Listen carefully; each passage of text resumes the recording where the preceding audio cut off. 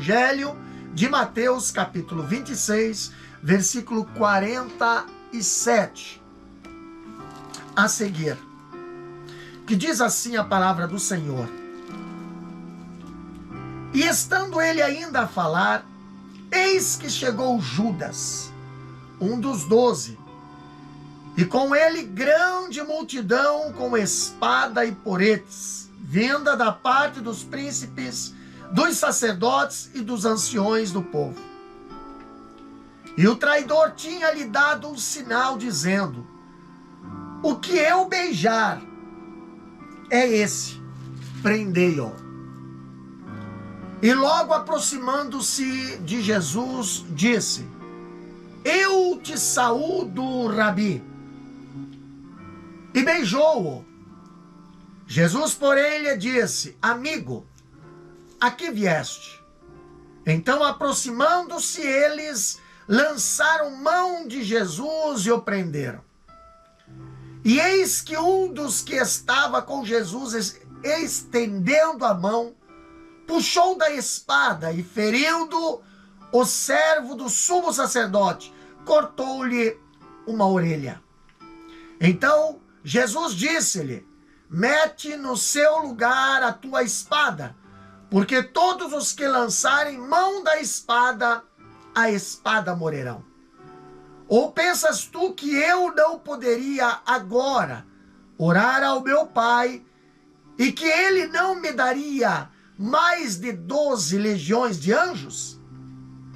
Como, pois, se cumpriria as escrituras que dizem que assim convém que aconteça? Então disse Jesus à multidão: Saíste como para um salteador, com espadas e poetes, para me prender? Todos os dias me assentava junto de vós, ensinando no templo, e não me prendeste. Mas tudo isso aconteceu para que se cumpra as escrituras dos profetas. Então todos os discípulos, deixando-o, fugiram. Meus queridos irmãos que nos ouvem através das redes sociais, agora nós vemos a hora das trevas, a hora mais chegada, a hora mais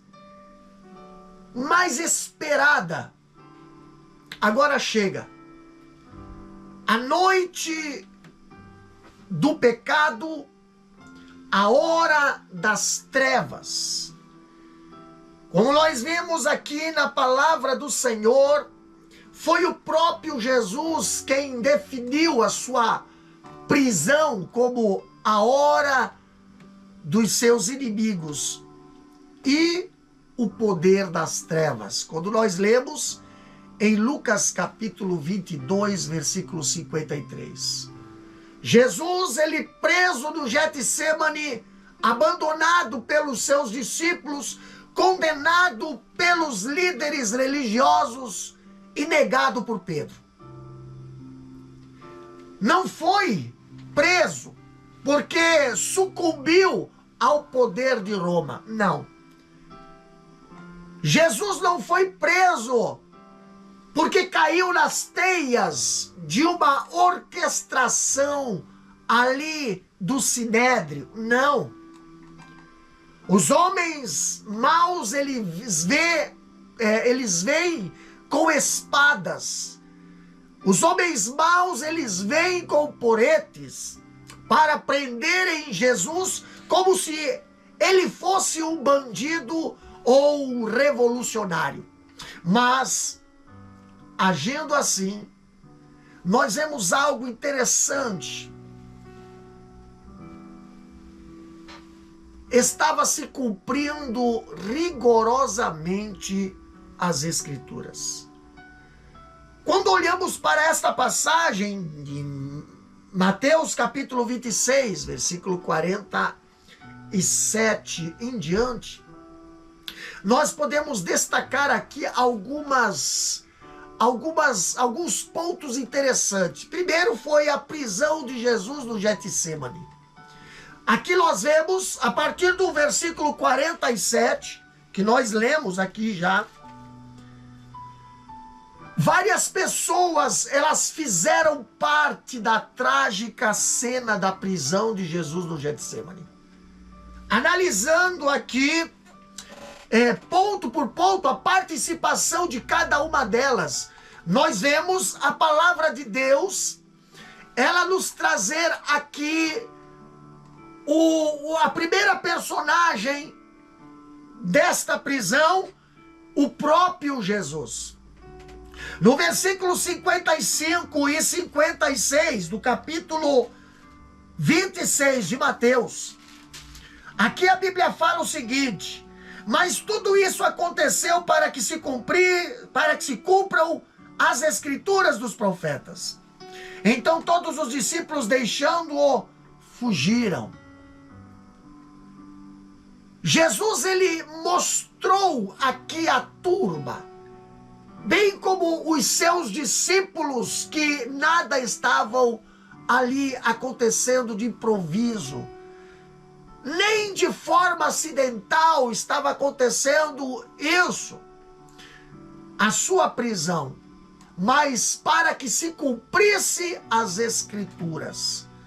Todas as etapas, meus queridos ouvintes, da caminhada de Jesus do Getsemane ao Calvário, a Bíblia nos mostra que foram prenunciadas séculos antes de Jesus ter vindo ao mundo. O Salmo 22 fala isso. Isaías 53 também nos fala isso. A Bíblia diz que a ira de seus inimigos, a Bíblia fala sobre a rejeição pelo seu próprio povo, o tratamento que Jesus recebeu como um criminoso. Tudo foi conhecido e profetizado bem antes. Jesus, ele revela que o seu reino é espiritual. Jesus revela que as suas armas não são carnais. E agora, a hora da sua paixão, a Bíblia diz, havia chegado. Por isso, ele não foi preso. João capítulo 18, versículo 4 até o 6. Olha o que a Bíblia fala. No Evangelho de João, capítulo 18, versículo 4 até o 6, diz o seguinte: sabendo, pois, Jesus todas as coisas que sobre ele havia de vir, adiantou-se e disse-lhe: a quem buscais? Responderam a Jesus de Nazaré. Disse-lhe Jesus: sou eu. E Judas, o que traíra, estava também com eles. Quando, pois, lhe disse: sou eu, recuaram e caíram por terra. Por quê? Por que eles recuaram? Por que caíram por terra? Jesus, ele não foi preso. Jesus, ele se entregou. Em toda essa desordenada cena, nós vemos Jesus, ele é o único oásis de serenidade. Foi Jesus e não a polícia do Sinédrio que dirigiu ali as coisas. Aqui nós vemos que a luta lá no jardim do Getsemane, ela havia terminado e Jesus agora experimentava a paz de que tinha a convicção de que estava fazendo a vontade de Deus. Então nós encontramos aqui a primeira personagem do jardim do Getsemane, ali o próprio Jesus. O Jesus que se entregou por mim e por você. O Jesus que ali, ele não foi preso, mas ele se entregou. Outra personagem que nós encontramos também aqui nesse capítulo, a partir do versículo 47, se chama Judas Iscariotes. Já falamos no outro estudo a respeito dessa personagem. E nós detectamos aqui alguns fatos importantes sobre Judas Iscariotes. Primeiro, Judas ele era um ingrato. Quando nós vemos o versículo 47 do capítulo 26, ali diz a Bíblia: e estando ele ainda a falar, eis que chegou Judas, um dos 12. Judas, o ingrato. Judas, um que fazia parte dos 12 discípulos que foi ali escolhido por Jesus. Mateus, o evangelista Mateus, ele diz que Judas Iscariotes era um dos 12 e ele foi chamado por Cristo. Ele recebeu diferencial especial entre os 12, a ponto de cuidar da bolsa como tesoureiro do grupo. Ele ouviu os ensinos de Jesus. Judas viu os seus milagres também. Foi agora amado por Cristo. Judas desfrutou do grande privilégio de ter comunhão com Cristo. Jesus, ele lavou os seus pés. A Bíblia diz que Jesus advertiu-o à mesa da comunhão. Mas Judas, dominado ali pelo diabo, pelo pecado da avareza, ele abriu brecha para o diabo entrar em sua vida e agora ele se associa aos inimigos de Cristo para prendê-lo. Judas foi um ingrato. A Bíblia diz que Judas também, ele foi um traidor. Versículo 48 diz: e o traidor tinha lhe dado um sinal dizendo: o que eu beijar é esse, prendei-o. Meus queridos, a tradição ali, daquela cultura, o beijo, ele era um sinal de afeto. E agora nós vemos a traição, ela sendo uma das atitudes mais abomináveis e repugnantes. O traidor, ele é alguém que aparenta ser inofensivo. O traidor é um lobo como pele de ovelhas. Ele traz nos lábios palavras aveludadas, mas no coração ele carrega setas venenosas. Essas são as atitudes de um traidor. Já na primeira menção de sua pessoa, Judas, ele foi marcado como aquele que entregaria Jesus. Jesus não foi pego de surpresa. No capítulo 10 de Mateus, versículo 4, nós vemos Jesus já o identificando. Judas, o que haveria de trair.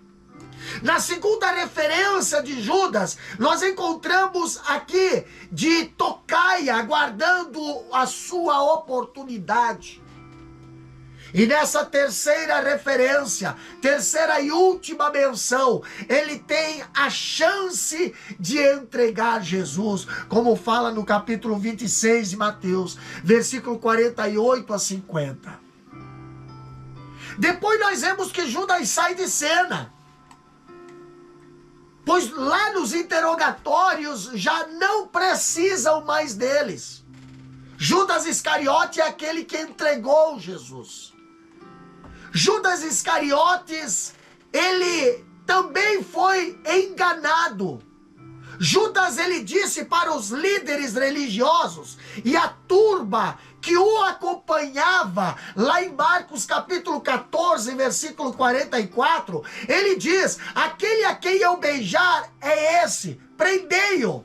E Marcos, ele acrescenta: levai-o com segurança. Judas sabia que haviam fracassado todas as tentativas utilizadas até então para prender Jesus, em palavras ou mesmo para matá-lo. Mas ele pensou que Jesus reagiria à prisão, ou que seus discípulos lutariam por ele, mas não havia compreendido ainda que Jesus viera ao mundo para que esta hora acontecesse. Judas nada tinha compreendido do plano eterno de Jesus de dar a sua vida em resgate ao seu povo. Quando olhamos Judas, ele também sendo enganado, nós vemos Judas também, a personagem de Judas sendo um dissimulado. No capítulo 26, versículo 48 até o 50, ali a senha de Judas para entregar Jesus era o beijo. Era costume saudar as pessoas. Era costume saudar um rabino com um beijo. Era um sinal de afeto. Era um sinal de respeito por uma pessoa superior, amada. Quando Judas disse, aquele a quem eu beijar é esse, prendei-o. Marcos 14, 44 fala, levai-o em segurança. Ele estava ali usando a palavra filei, no grego, que é um termo comum. Mas quando o texto diz que Judas aproximando-se e o beijou, como fala no capítulo 26, versículo 49, aqui essa palavra é catafilei. Isso quer dizer, a palavra cata está de forma intensiva. E catafilei é o termo para beijar como um amante beija a sua amada. Então nós temos aqui algo interessante quando falamos de Judas. Assim, Judas, ele não apenas beija Jesus, mas o beija ali efusiva e demoradamente ali. A palavra catafilei, ela significa não apenas beijar fervorosamente, mas prolongadamente. O verbo grego para essa palavra catafilei é aglutinação de verbos amar, beijar mais o pronome intensivo. Isso sugere um espetáculo esmerado de afeição. Isso sugere ali uma cena, um exagero. E é utilizado, por exemplo, para o beijo do pai no filho pródigo, que voltou para casa. Para a afeição dos presbíteros de Éfeso e Paulo, ali a Paulo, na sua despedida de Mileto. Então nós temos aqui esta palavra beijo. O beijo prolongado de Judas, ele tinha a intenção de dar à multidão uma oportunidade de ver ali a pessoa que devia ser presa. Judas usa o símbolo da amizade e do amor para atrair o Filho de Deus. E Jesus, mais uma vez, tirou-lhe a máscara, dizendo, lá em Lucas 22 e 48, ali Jesus fala, Judas, com um beijo, traz o Filho do Homem? Então aqui nós vemos Jesus desmascarando Judas. Judas tentando mostrar uma afeição enganosa. Judas tentando mostrar um amor ali que não existia. E Jesus, ele acaba agora desmascarando Judas. Desmascarando ele diante do povo que estava ali. Essa frase deve ter ressoado nos ouvidos de Judas como uma marcha fúnebre durante o breve período ali de estéril remorso que precedeu sua vergonha e morte. É digno de nota que à mesa da comunhão todos os discípulos chamaram Jesus de Senhor. E apenas Judas o chamou de mestre.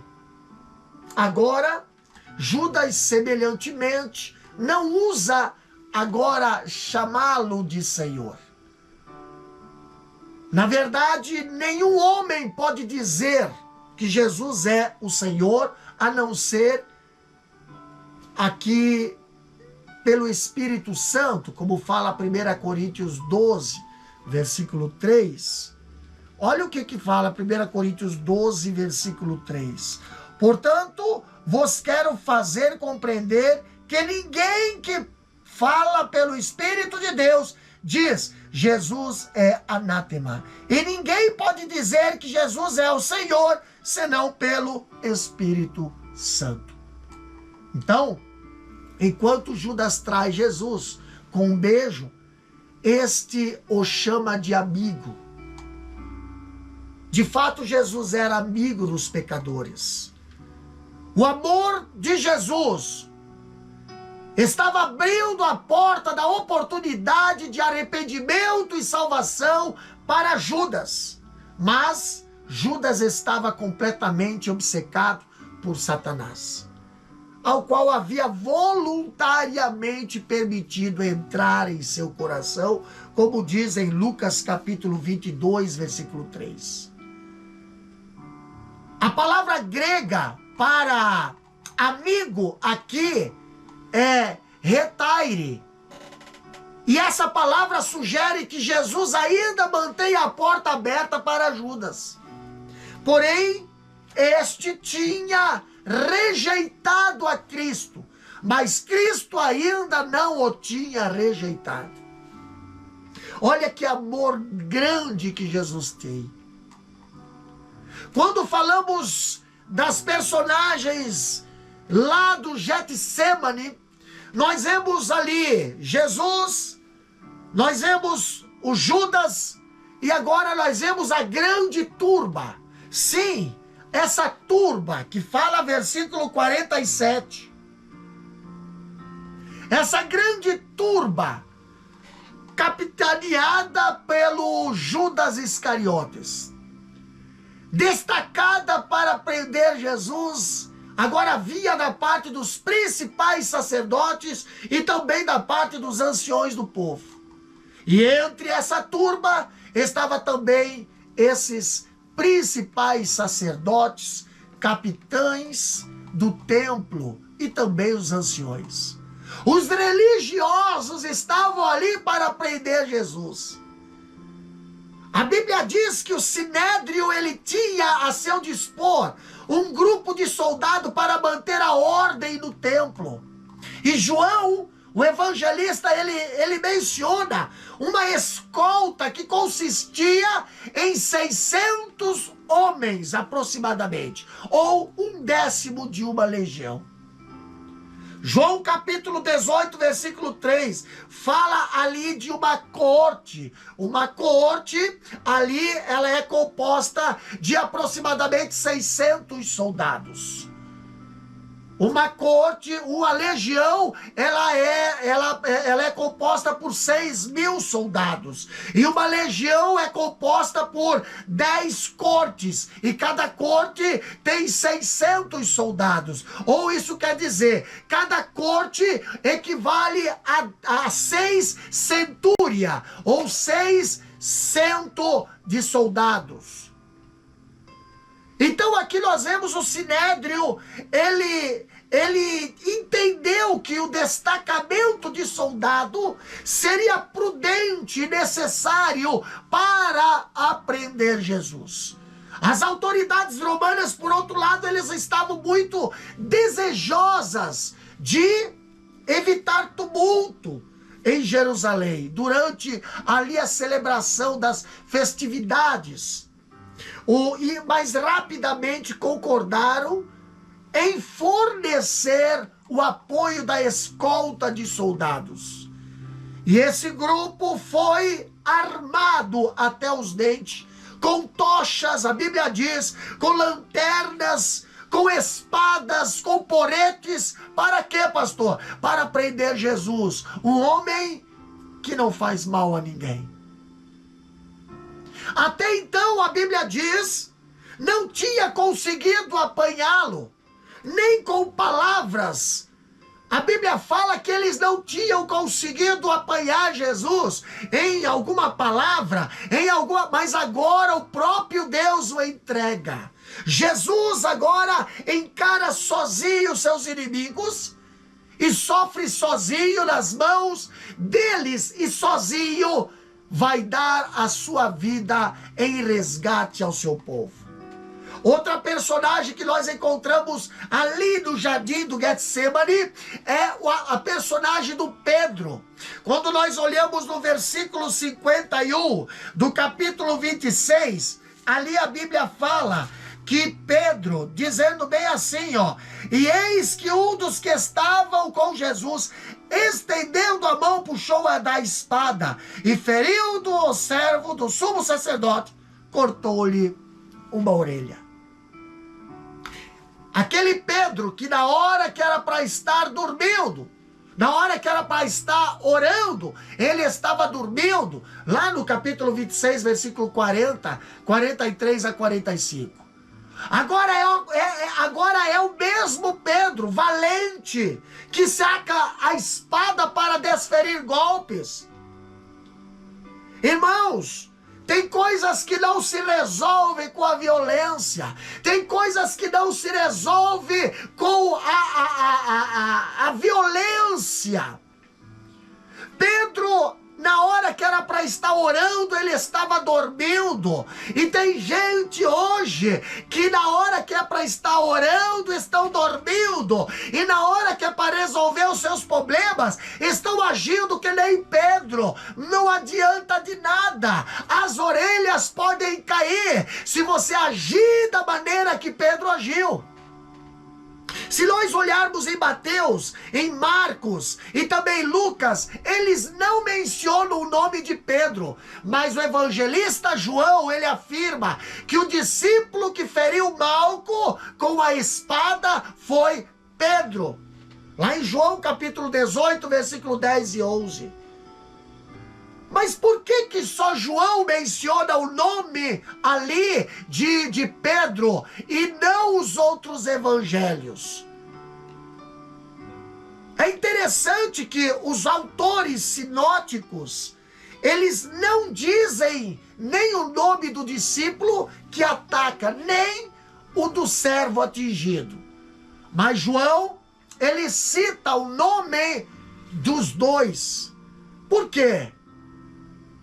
Olha só, enquanto o Sinédrio ainda detinha o poder, sabedoria, e determinava que não se mencionasse o nome de Pedro, por isso também a tradição oral, nós vemos, observava o silêncio sobre o assunto.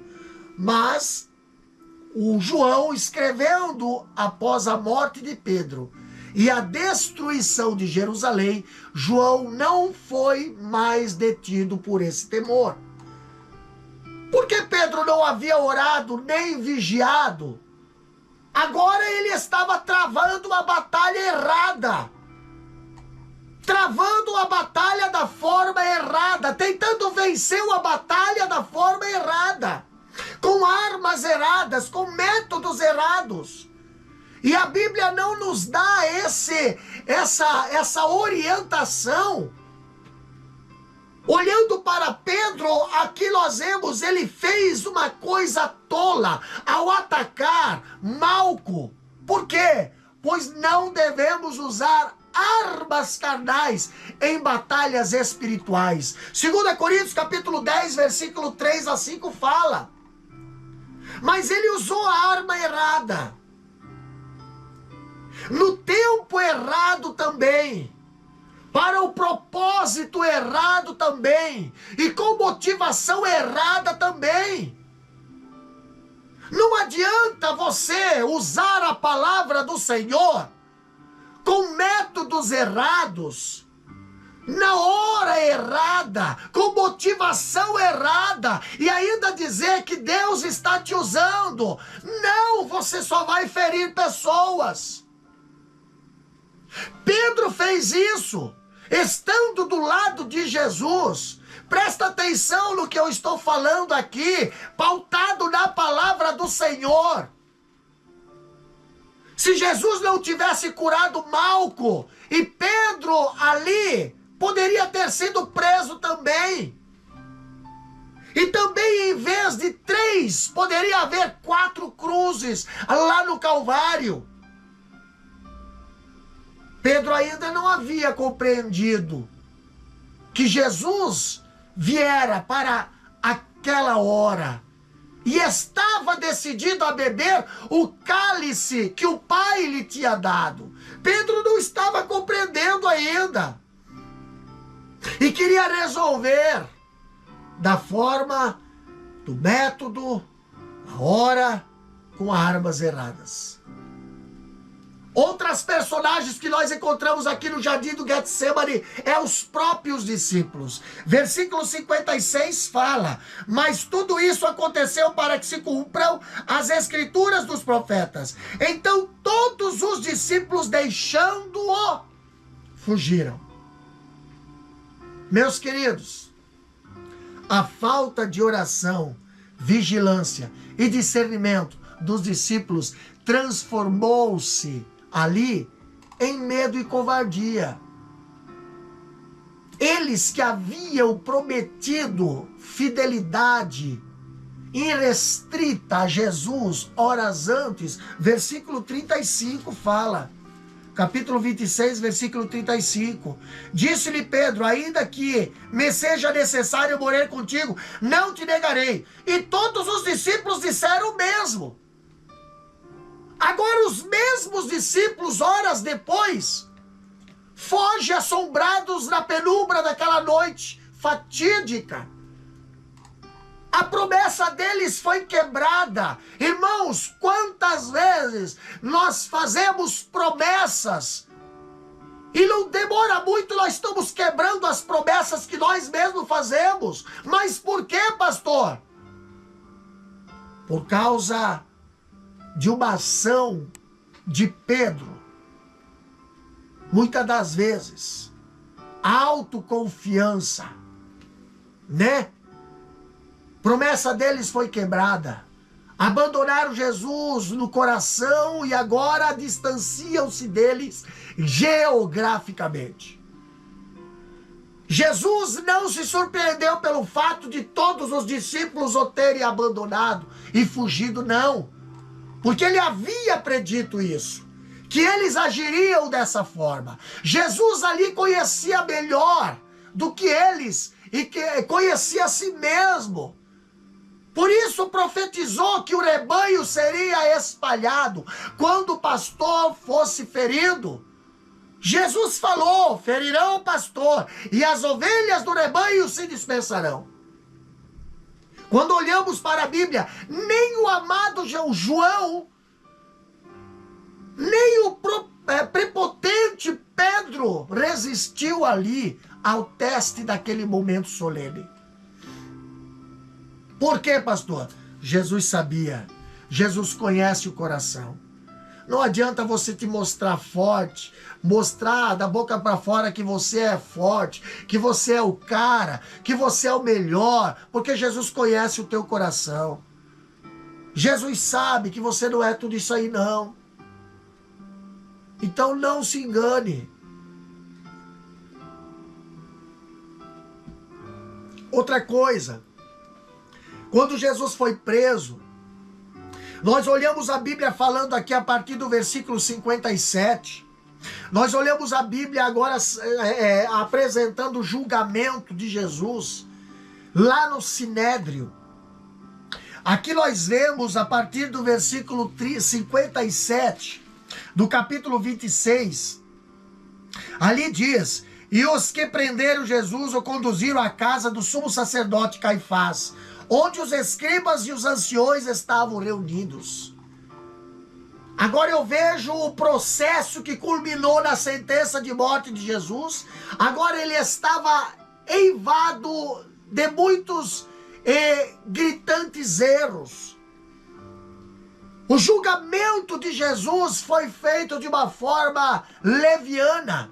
As autoridades judaicas, eles tropeçaram nas próprias leis. As autoridades judaicas, eles atropelaram todas as normas legais do julgamento de Jesus. Tanto na sua prisão no Getsemane, como no seu interrogatório lá na casa de Caifás, o sumo sacerdote. Ali nós vemos todas esses acontecimentos revelaram grandes deficiências na condução do processo. Na verdade, meus queridos, as autoridades já haviam decidido matar Jesus antes mesmo de interrogá-lo. Quando olhamos para o capítulo 26, versículo 1 até o 4, ali diz: e aconteceu que quando Jesus conclui todos esses discursos, disse aos seus discípulos: bem sabeis que daqui a 2 dias é a Páscoa, e o Filho do Homem será entregue para ser crucificado. Versículo 3, depois os príncipes, os sacerdotes, os escribas e os anciões do povo reuniram-se na sala do sumo sacerdote, o qual se chamava Caifás, e consultaram-se mutualmente para prenderem Jesus com dolo e o mataram. Eles tinham planejado fazer isso depois da festa. Como foi falado alguns estudos atrás, o planejamento das autoridades religiosas ali era matar Jesus depois da festa, para evitar uma revolta popular, como fala o versículo 4. Mas a atitude de Judas de entregá-lo antecipou o intento deles. Quando olhamos capítulo 26, versículo aqui agora 57 em diante, e nós vemos o processo. O julgamento era apenas um simulacro de justiça, porque já desde o princípio, aqui até o fim, não tinha outra finalidade senão dar uma aparência de legalidade ao crime já predeterminado. As suas leis não permitiam a um prisioneiro ser interrogado pelo sinédrio à noite. Já erraram aqui. Jesus foi preso à noite. Jesus foi interrogado durante a noite. No dia anterior ao sábado ou de uma festa, todas as sessões estavam proibidas. Nenhuma pessoa podia ser condenada a não ser por meio de testemunho de 2 testemunhas. Mas eles contrataram testemunhas falsas. Não existia testemunhas verdadeiras ali que pudesse testemunhar contra Jesus. Então eles contrataram falsas testemunhas. O anúncio de uma pena de morte só podia ser feito um dia depois do processo.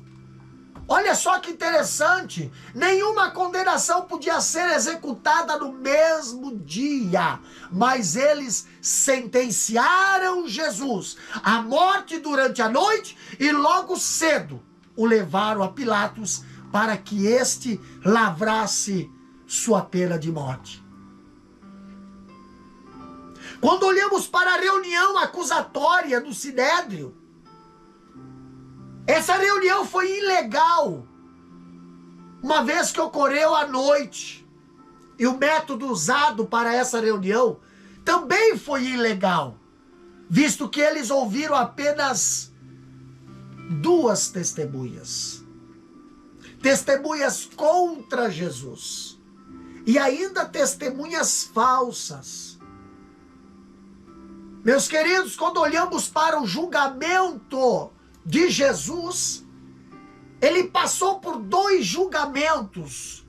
um julgamento eclesiástico e outro civil. O primeiro julgamento aconteceu nas mãos dos judeus. O segundo aconteceu nas mãos dos romanos. Mas tanto o julgamento judaico quanto o julgamento romano tiveram 3 estágios.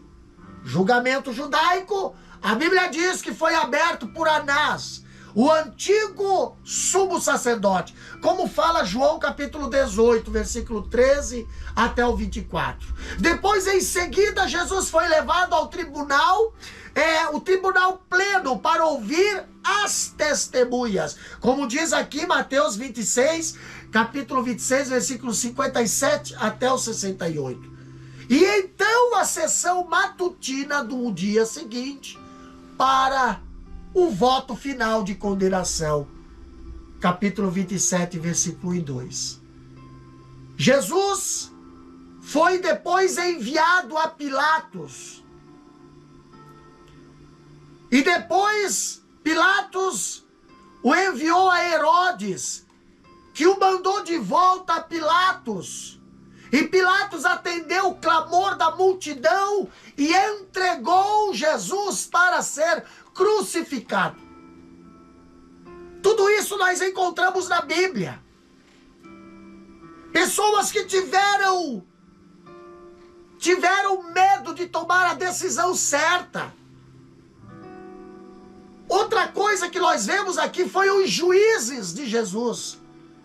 Os juízes que julgaram Jesus. Anás, o ganancioso, o vingativo e venenoso, como uma serpente, como diz João capítulo 18, versículo 18, versículo 13. Olha o que a Bíblia diz aqui. E conduziram-no primeiramente a Anás, por ser sogro de Caifás, que era o sumo sacerdote daquele ano.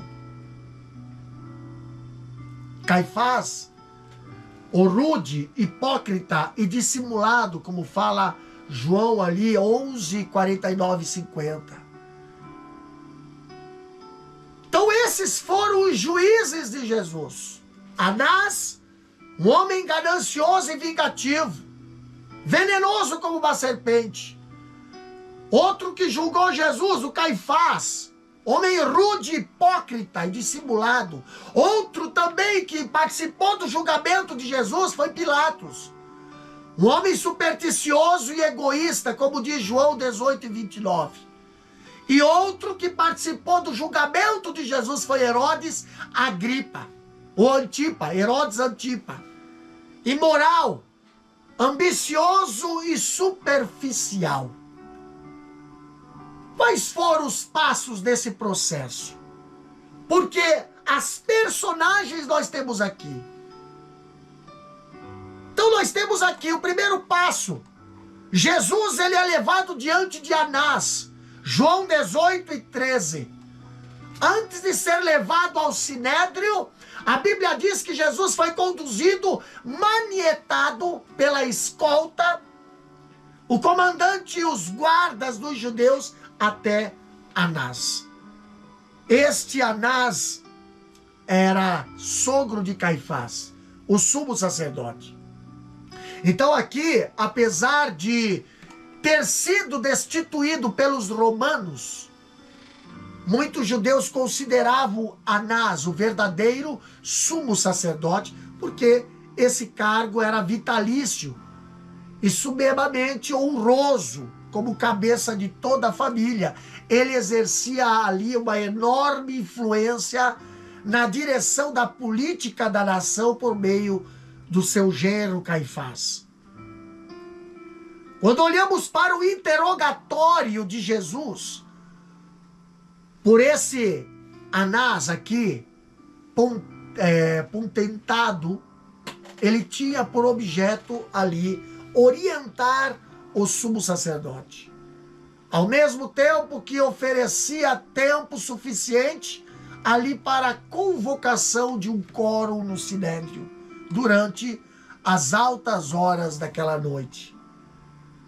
Agora Jesus, de Anás, ele é levado ao sinédrio. Jesus agora diante do Sinédrio. Pastor, capítulo 26, versículo 57 até o 68. O que o Sinédrio era? O Sinédrio era a Suprema Corte dos Judeus, composta ali por 71 membros. Entre eles havia saduceus, entre eles havia fariseus, escribas e homens respeitáveis, que eram os anciãos. O sumo sacerdote presidia o tribunal desse Sinédrio. E nessa época nós vemos os poderes do Sinédrio, eles eram limitados porque os romanos governavam o país. Então, o Sinédrio, ele tinha plenos poderes nas questões religiosas. E parece que tinha também certo poder de política, embora não para aplicar a pena de morte. As suas funções ali não eram condenar, mas preparar uma acusação pela qual o réu pudesse ser julgado pelo governador romano. Então o Sinédrio preparava e apresentava. Aqui, embora ilegalmente, nós vemos o Sinédrio se reuniu naquela noite, na noite da prisão de Jesus, para o interrogatório. Eles já tinham a sentença, mas precisavam de uma forma de efetivá-la. Aqui nós vemos a Bíblia dizendo que os membros do Sinédrio, eles eram movidos pela inveja. Capítulo 27, versículo 18. Olha o que diz aqui. Porque sabiam que, por inveja, o haviam entregado. Nós sabemos que o Sinédrio, ele era movido pela mentira. No capítulo 26, versículos 59 e 60, ali diz: ora, os príncipes dos sacerdotes e os anciões e todo o conselho buscava falso testemunho contra Jesus para poderem dar-lhe a morte. E não o achava, apesar de se apresentarem muitas testemunhas falsas, mas por fim chegaram 2. O Sinédrio ali que julgou Jesus, ele era motivo por inveja, ele era movido pela mentira, ele era movido pelo engano, ele era movido pela violência. E aqueles que interrogaram Jesus não buscavam ali a verdade, mas sim evidências contra eles. Quando nós olhamos o versículo 59 até o 61, aqui a Bíblia fala sobre as testemunhas. E de acordo com a lei, não era lícito condenar ninguém à morte, a não ser pelo testemunho concordante de 2 testemunhas. Está lá em Números, capítulo 35. Números, capítulo 35, versículo 30. Abra a Bíblia aí e vamos ler Bíblia. Olha o que a Bíblia fala. Números 35, versículo 30.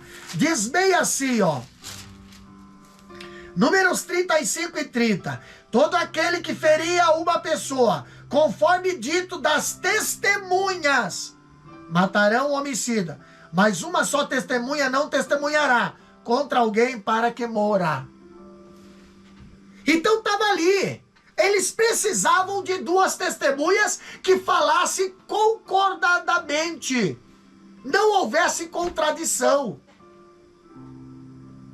Então, de modo que não havia causa legal contra ninguém, até que se houvesse cumprido esse requisito. Então, as primeiras testemunhas se desqualificaram, pois suas histórias não concordavam entre si. E Deuteronômio 17 e 6 ainda diz a respeito dessas testemunhas. Olha o que diz Deuteronômio 17 e 6. Fala bem assim, ó. Por boca de 2 ou 3 testemunhas será morto o que houver de morrer. Por boca de uma só testemunha não morrerá. Então nós vemos aqui que as próprias testemunhas, as primeiras que foram ali arranjadas, elas se contradiziam. Marcos 14:59 diz o seguinte, olha só, Marcos capítulo 14, versículo 59, olha o que a Bíblia fala aqui, ó. E nem assim o testemunho deles era coerente. Então nós vemos quão trágico é um grupo de líder religioso estivesse encorajado o povo ali a mentir. Eles ali estavam sendo liderados por pessoas que o testemunho deles ali era mentira. A Bíblia diz também, não só a respeito das testemunhas, mas a Bíblia fala a respeito do testemunho. Versículos 59 e 60 fala do testemunho que as testemunhas estavam dizendo. Os principais sacerdotes e todo o sinédrio, eles procuravam um testemunho falso contra Jesus, a fim de condená-lo à morte, mas não achavam. Muitos testemunharam ali contra Jesus, mas os testemunhos não eram coerentes. Outros testemunharam falsamente, baseado nas palavras que Jesus falou lá em João capítulo 2, versículo 19, quando ele fala, destruí esse santuário e em 3 dias o reconstruirei. O próprio evangelista João, ele interpreta as palavras de Jesus, dizendo, ele porém se referia ao santuário do seu corpo, lá em João capítulo 2, versículo 21, mas os acusadores, eles torceram as palavras de Jesus, acrescentando algo que Jesus não havia dito. Quando nós olhamos em Mateus capítulo 26, versículo 61, diz, e disseram, este disse, eu posso derribar o templo de Deus e reedificá-lo em 3 dias. Queridos, Jesus não falou isso. Quantas pessoas hoje estão fazendo o papel de falsas testemunhas, com testemunho falso, falando aquilo que Jesus não falou, distorcendo aquilo que Jesus falou.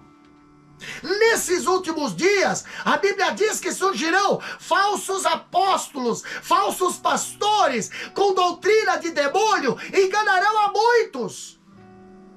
Por isso que é muito bom nós conhecer a palavra, é muito bom nós estudar a palavra, é muito bom nós se dedicar nos estudos da palavra do Senhor, porque muitos se levantarão para enganar, para torcer.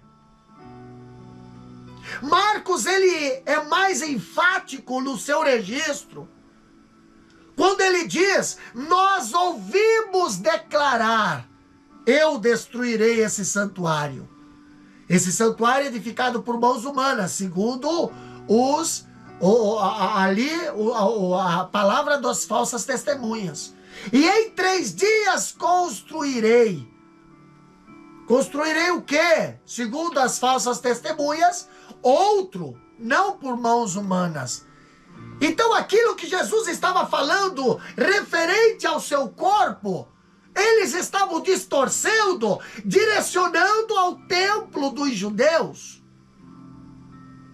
Então, como nós vimos aqui, essas falsas testemunhas, elas mantiveram a velha e falsa versão dos judeus. Como diz João 2:20, dando ali a ideia de que Jesus havia planejado uma conspiração, um atentado militar contra o santuário de Jerusalém. Destruiu ali o centro religioso daquela nação. Aquela nação já fazia tempo que eles não iam mais no templo para ali adorar ao Senhor, mas eles estavam usando o templo como um amuleto.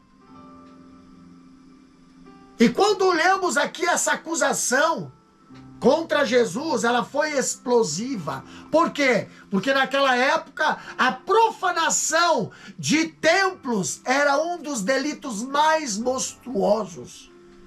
Marcos, aqui o evangelista, ele nos informa que nem assim o testemunho deles era coerente. Como fala Marcos capítulo 14, 59, eu já li. Mas Mateus e Marcos classifica essa acusação de falso testemunho. Por quê? Porque Jesus nunca dissera que ele destruiria o templo em Jerusalém. Então, não havendo testemunho contra Jesus, ele deveria ser solto. Mas olha o que fizeram. Além do testemunho, além das falsas testemunhas, ainda houve um juramento solene. Versículo 62 até o 64, do capítulo 26 de Mateus, olha o que diz ali. E levantando o sumo sacerdote disse: não respondes coisa alguma ao que este depõe contra ti? E Jesus, porém, guardava em silêncio. E insistiu o sumo sacerdote, disse-lhe: conjuro-te, pelo Deus vivo, que nos diga se és o Cristo, o Filho de Deus.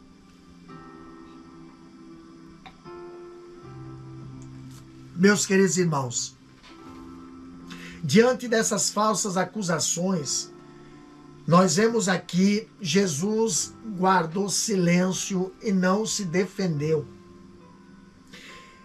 Jesus ali cumpriu o que estava escrito na profecia, lá em Isaías capítulo 53 e 7.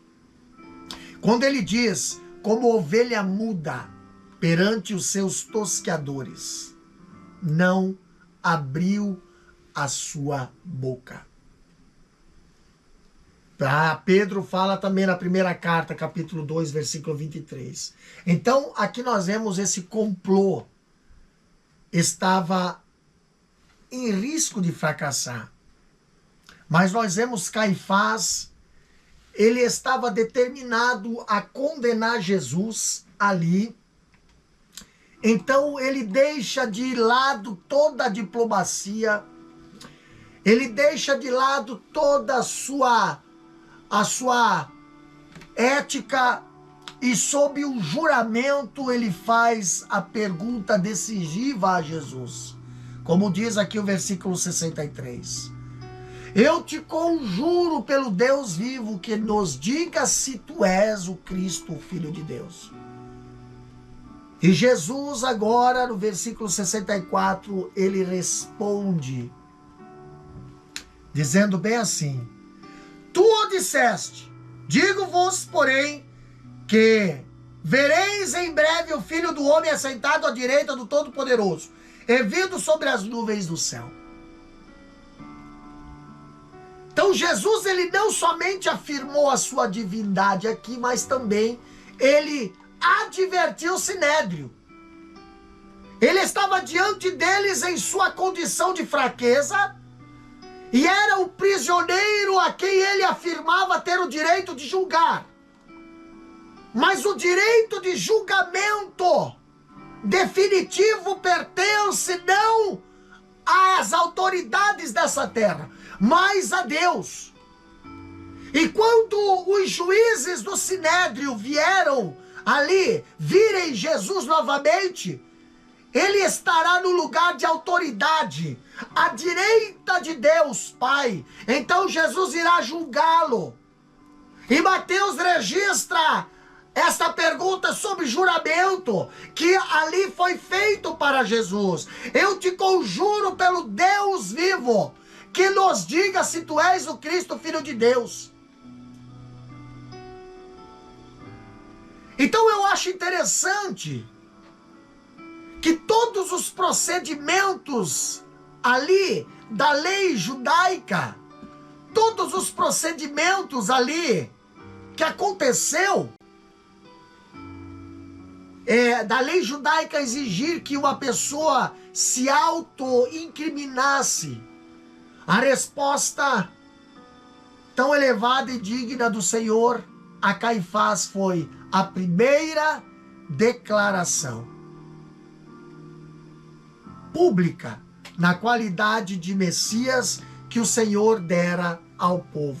E isso no momento em que, humanamente falando, a afirmação significava a morte.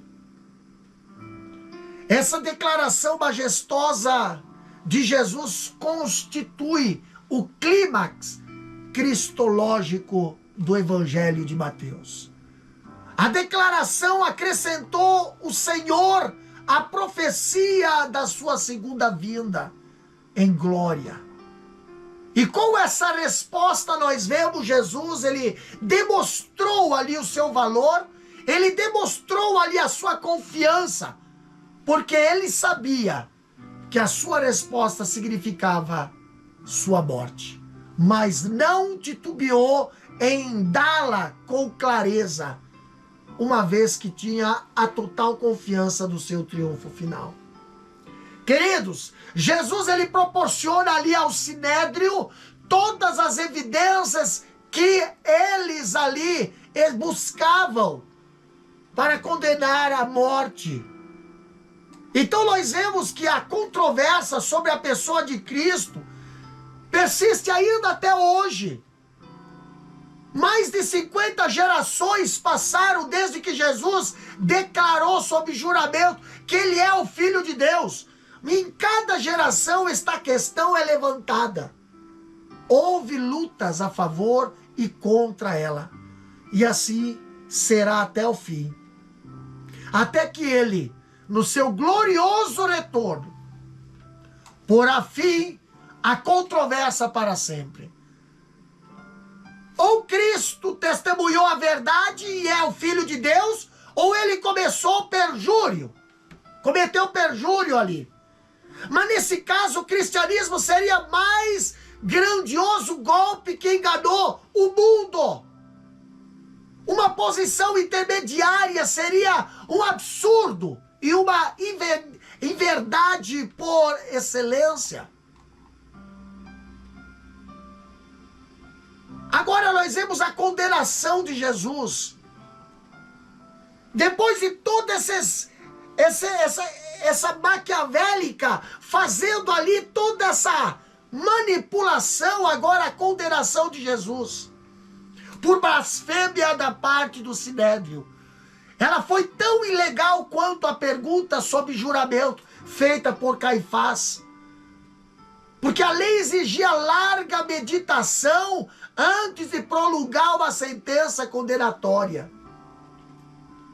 Não deram a Jesus nenhum direito de defesa, porque já havia fechado os olhos contra a luz que resplandecia da vida do Senhor, como também os outros contra a palavra divina que saía da sua boca. Os insultos feitos nessa condenação, do versículo 67 até o 68, ali diz: e cuspiram-lhe no rosto, e lhe davam muros, e outros esbofeteavam, dizendo: profetiza-nos, Cristo, quem é o que te bateu? Havia pouca consideração para um réu condenado. Imediatamente depois da sentença condenatória, nós vemos os servidores dos sacerdotes agora começando ali a cuspir no seu rosto. Cuspindo no rosto de Jesus, os religiosos deram muros e esbofeteadas, ainda escarneceram dele, perguntando: ó Jesus, profetiza-nos, ó Cristo, quem é que te bateu?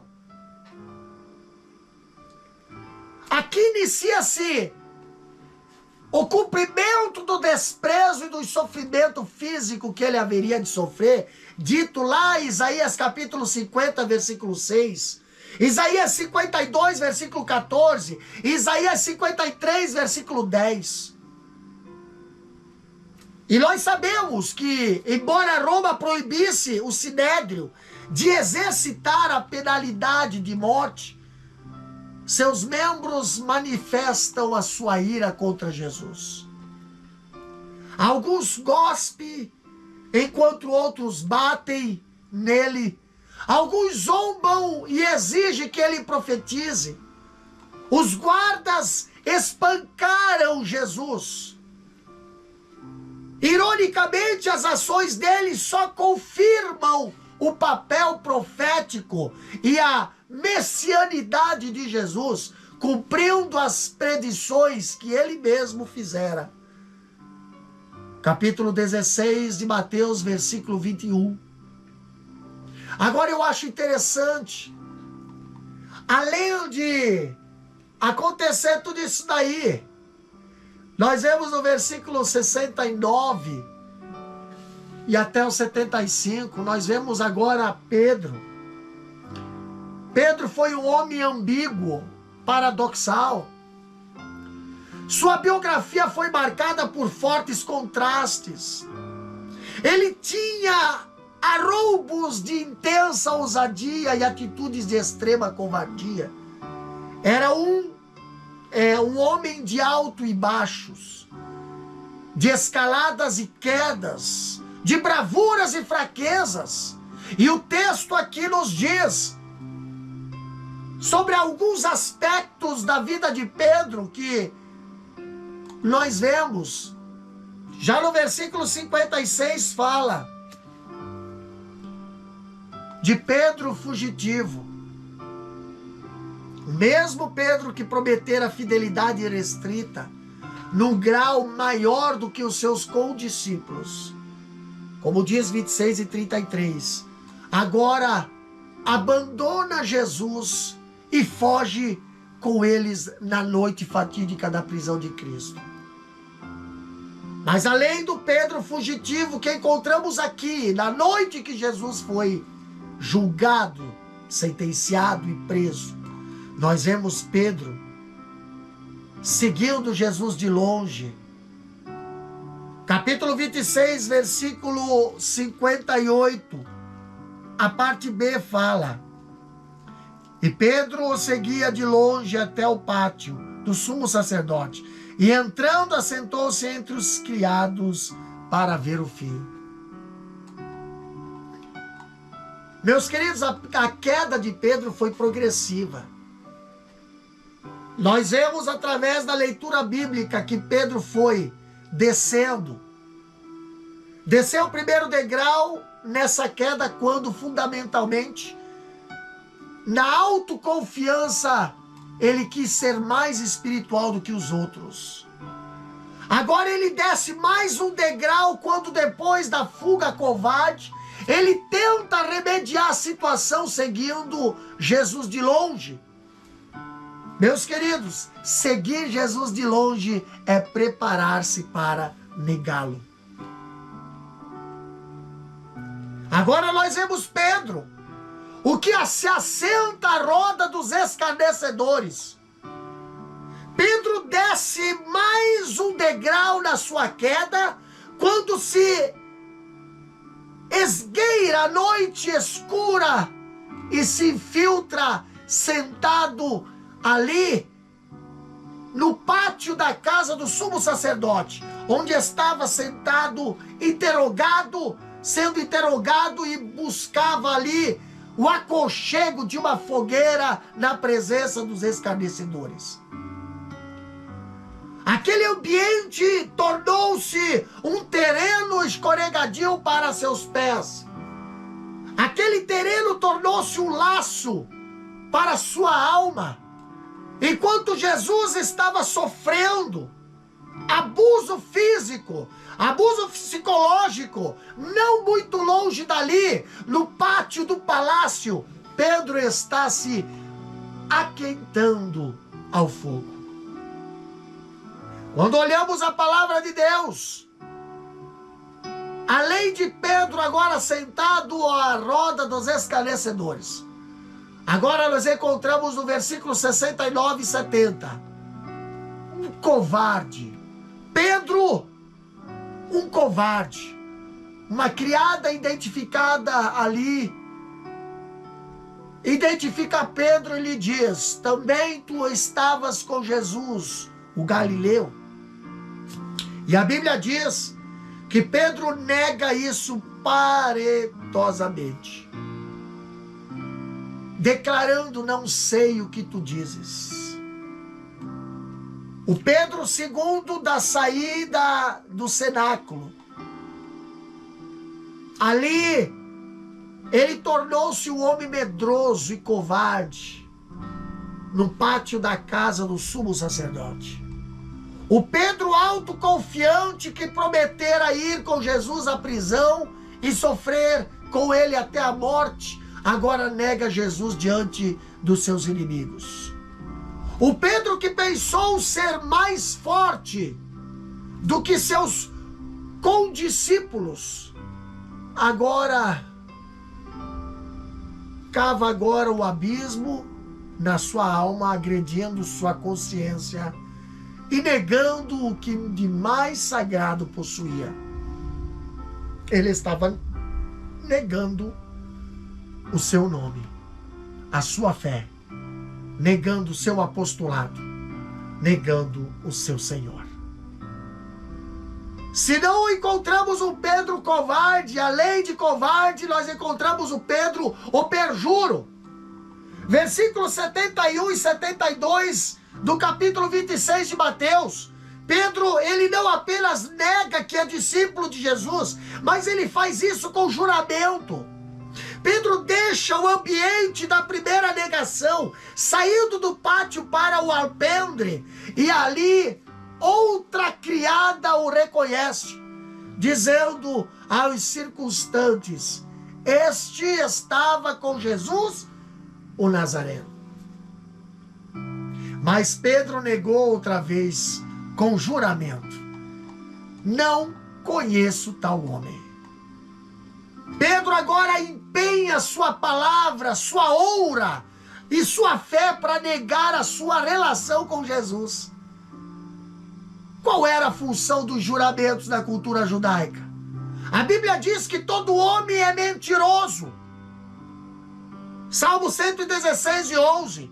E basicamente, fazemos juramentos sagrados para enfatizar o que estamos falando a verdade. Então, quando Pedro negou a Jesus com o juramento, foi como se ele estivesse dizendo: Deus é testemunha de que eu não conheço esse homem. Pedro agora o praguejador. Versículo 73 e diante, 74. E logo aproximando-se os que ali estavam, disseram a Pedro: verdadeiramente também és um deles, pois a tua fala denuncia. Então começou a praguejar e a jurar, dizendo: não conheço esse homem. E imediatamente o galo cantou. Além de negar Jesus com juramento, Pedro desce o último degrau da sua queda quando começa a praguejar, a jurar na tentativa de esquivar-se de Jesus. O verbo grego traduzido aqui por praguejar tem relação com a palavra grega anátema, que significa maldição. Pedro, ele estava proferindo uma maldição sobre aqueles que o anunciavam a Jesus, dizendo que tais acusadores mereceriam ser amaldiçoados. Ele disparou uma série de insultos diante da sugestão de que era um seguidor de Jesus, insistindo ali que não conhecia o seu Senhor. Quanto mais Pedro negava, mais ele se denunciava. Mateus aqui ele registra que logo depois da segunda negação de Pedro, aproximaram-se deles ali os que ali estavam e sem rodeios disseram: verdadeiramente és também um deles, porque o teu modo de falar o denuncia. Queridos, os galileus falavam aramaico com um sotaque considerado horroroso. pelos habitantes de Jerusalém. E reconhecendo agora que estavam sem saída, Pedro começou a praguejar. Pedro começou a jurar, a dizer: não conheço esse homem. Ele quis ser o mais forte e tornou-se o mais fraco. Ele quis ser o melhor que os outros e tornou-se o pior. A Bíblia diz: ele quis colocar seu nome no topo da lista dos fiéis e caiu de forma mais vergonhosa para o último lugar. Meus queridos, Pedro, abalado com as acusações, agora ele começa a praguejar, ele começa a jurar, negando o seu mais sagrado relacionamento, que era o relacionamento que ele tinha com Cristo. Mentir leva a jurar, e jurar a praguejar, e ninguém, a não ser o Senhor, sabe quão mais longe Pedro teria caído se não tivesse sido divinamente detido em sua carreira pecaminosa. Mas naquela hora a Bíblia diz, versículos 74 e 75, imediatamente o galo cantou, e lembrou-se Pedro das palavras de Jesus que lhe dissera: antes que o galo cante 3 vezes me negarás. E saindo dali chorou amargamente. Agora nós vemos o Pedro arrependido. Mesmo não tendo falado contra Jesus, Pedro nega 3 vezes.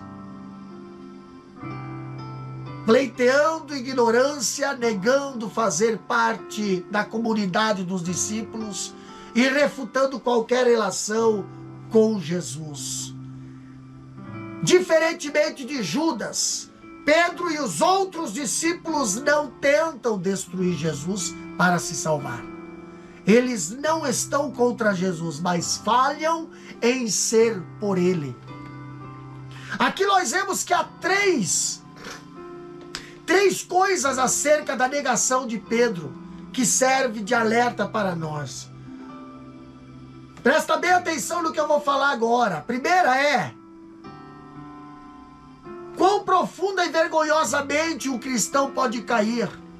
Pedro era um apóstolo, o homem que conhecia o Senhor e tinha intimidade com ele, mas negou o Senhor.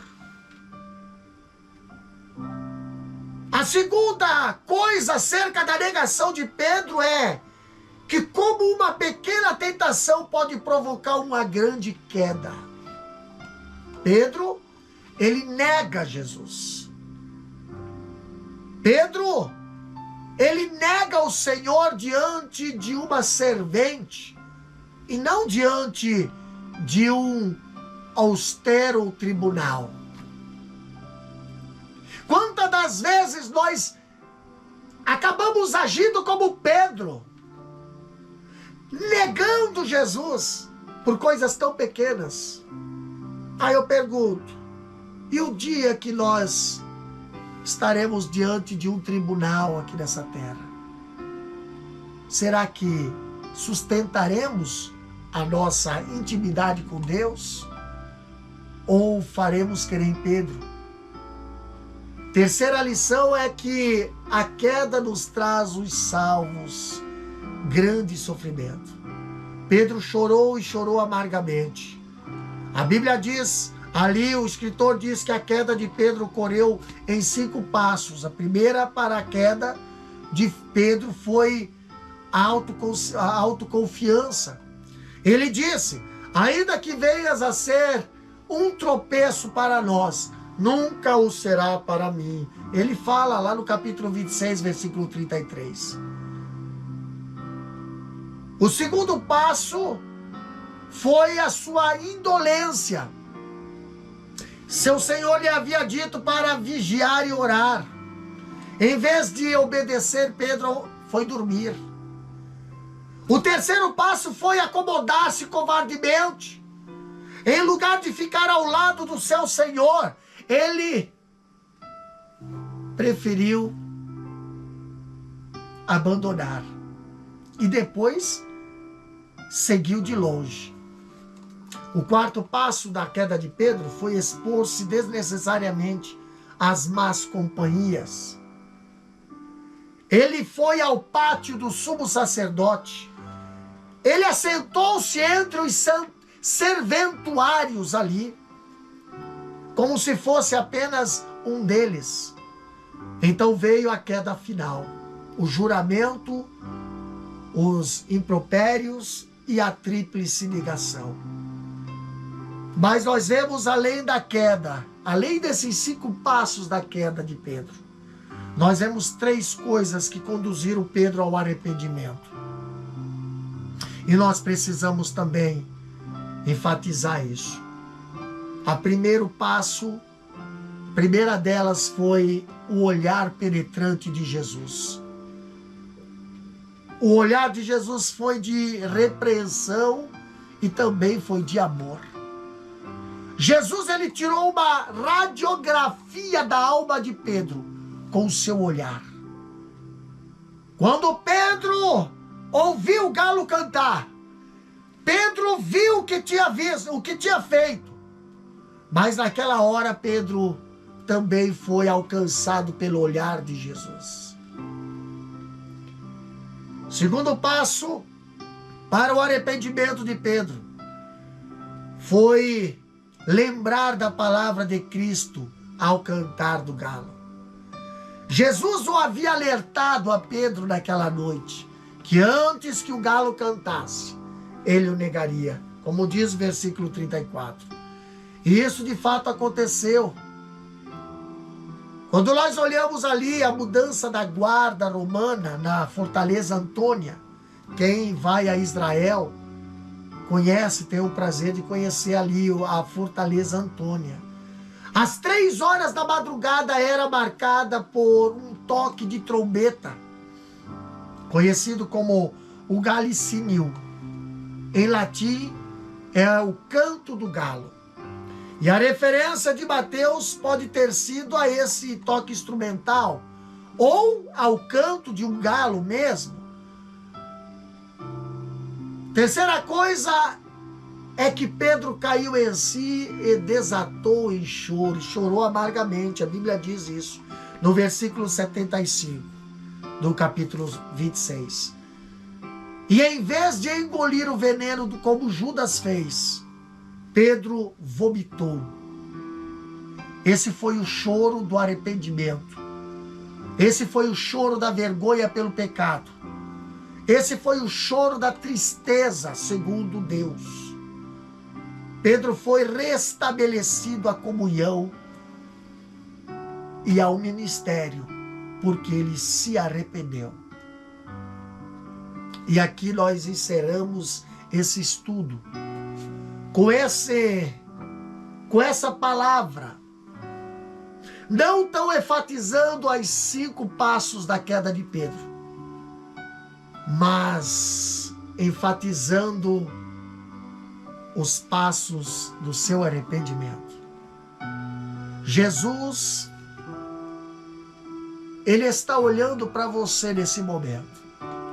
Você que se acha um nada, você que diz que não tem mais solução à tua vida, tua família. Teu lado emocional está destruído. Quem sabe por erros que você mesmo cometeu, na qual alertado, você não ouviu, você não deu crédito. E você, como Pedro, foi descendo,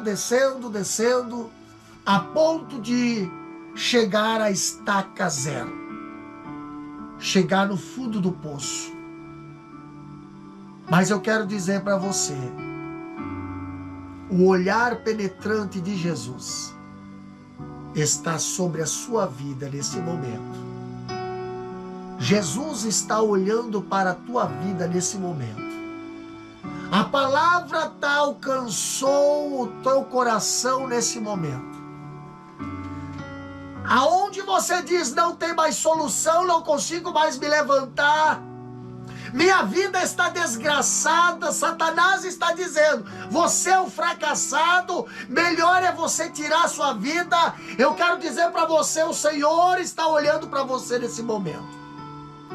Jesus, aquele que morreu na cruz do Calvário, aquele que sofreu, que nós falamos aqui nesse estudo, foi esbofeteado, foi cuspido, foi humilhado, mas como ovelha muda não abriu a sua boca. Esse Jesus sofreu para hoje poder olhar para você e dizer: eu vou te levantar, eu vou transformar a tua vida,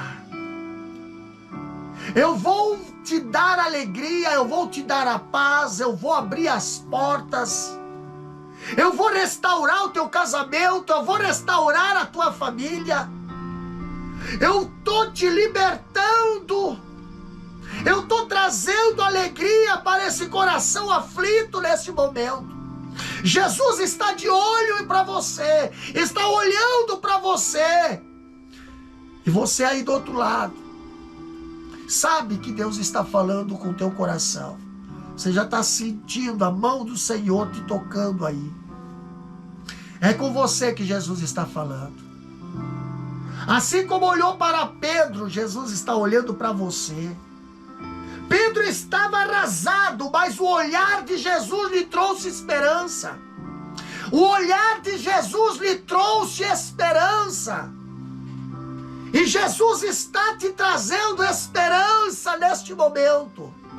Está dizendo: a tua vida vai mudar, eu vou transformar a tua vida, eu vou restaurar a tua vida, eu vou te levantar, eu vou colocar um novo cântico na tua boca. Você me negou, você me excluiu, você me desprezou, mas eu não te desprezei, eu não te esqueci. Você pode ter me colocado como segundo plano, você pode ter esquecido de mim, mas eu não te esqueci. Jesus está falando para você nesse momento. Ele te ama, e nesse momento Ele quer afirmar uma aliança contigo novamente. Ele quer reatar a aliança contigo, Ele quer te trazer de volta. Quem sabe você está afastado dos caminhos do Senhor, você precisa voltar, porque Jesus já colocou os olhos em você de novo. Você abandonou Jesus, mas Jesus nunca te abandonou. Você teve vergonha de Jesus, mas Jesus nunca teve vergonha de você. Ele te ama e Ele quer trazer luz para a tua escuridão, para a tua vida escura, alegria para a tristeza que está no teu coração. Eu quero orar por você nesse momento. Eu quero orar por você, você que deseja voltar para o Senhor, você que está afastado dos caminhos do Senhor, volte para o Senhor, volte para Jesus, ainda há oportunidade. O Senhor está com um olhar de misericórdia para você, o Senhor está com um olhar de misericórdia para a tua vida. Quem sabe há pessoas aí que eu estou falando aí que pode ser a última oportunidade que o Senhor está te dando. Você já brincou com Deus muito, mas o Senhor está te dando mais uma oportunidade.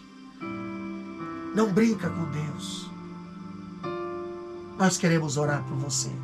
E eu convido você, você que deseja que esse Senhor seja Senhor da sua vida. Eu quero orar pela tua vida. Eu quero orar pela tua vida, pela tua casa. E você estará entregando a tua vida para o Senhor. Estará levantando a tua mão aí num sinal aí na tua casa, e nós estaremos orando daqui. Você que deseja voltar para a casa do Senhor, você que deseja voltar à comunhão, você negou, você até disse que não conhecia, você até disse que não fazia parte, sim, mas Jesus não te negou, Jesus não te abandonou. Então volta para os caminhos do Senhor. Quero orar por você que se encontra num leito de enfermidade nesse momento. Deus pode operar um milagre na tua vida. Se você crê, Deus pode operar um milagre na sua vida. Nada é impossível para aqueles que creem no Senhor. Vamos estar orando? a igreja que nos acompanha nesse momento, em todas as redes sociais. Levanta a sua mão e nos ajuda na intercessão. Amado Deus, eterno Pai, na tua presença, Senhor, nos colocamos aqui, Pai. Já ministramos a tua palavra, Senhor. Já falamos do quão cruel foi o teu julgamento. Já falamos aqui do quanto tu foi justiçado, Pai. Mas tudo isso, Senhor, estava na profecia, estava no plano da salvação, para nos resgatar, Senhor, do lamaçal do pecado. Pai querido, aqui se encontra vidas nesse momento, ouvindo esta palavra, Senhor, nos 4 cantos da terra, Pai. Pessoas escravizadas, pessoas viciadas, pessoas amarguradas, depressivas. Pai querido, pessoas que estão ali numa situação onde elas se tão impotentes, não conseguem, Pai, resolver. Não há dinheiro que resolva o seu problema. Mas Deus querido, tu és o Deus das causas impossíveis. Vai ao encontro neste momento dessa pessoa que está aí do outro lado da tela, Senhor, ouvindo esta oração, Pai querido, de mão levantada, com lágrimas rolando, com a mão, Senhor, na enfermidade, ali repreendendo todo câncer, repreendendo, Senhor, todo diagnóstico de morte, repreendendo toda separação, repreendendo todo vício, repreendendo, Pai querido. Pai Santo, alcança, Senhor, aquelas vidas, Pai, que estão desgarradas e agora estão voltando para Ti, se reconciliando contigo, Senhor. Te negaram, mas agora eles estão, Senhor, reatando contigo, Pai.